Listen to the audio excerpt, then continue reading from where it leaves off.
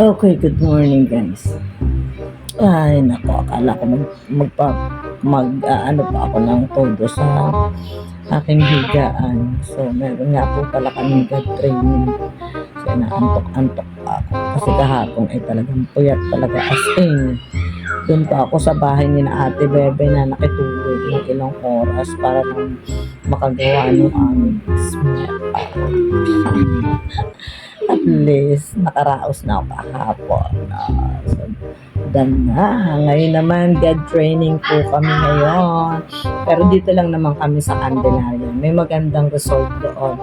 Doon kami nagpabook ng lahat ng mga teachers para sa aming gagawing God training.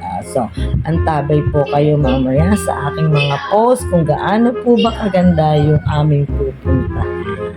At syempre, para naman kahit papaano updated kayo sa aking para sa mga sa ating mga sa ating mga marites dyan, diba? Alam na ninyo kung saan kami nagpupunta. Ayan, updated kayo mamaya. So, abang-abang po mamaya ha. So, 7:30 ang usapan namin doon sa may BDO. Ayan. So, andito pa lang ako. Ngayon pa lang tatayo. Sarap matulog. Diba? Kaya, ayan. So, kumusta yung mga yun? Panigurado, kayak na, pupunta na doon. Ako, liligo pa lang, mag-aalmusal.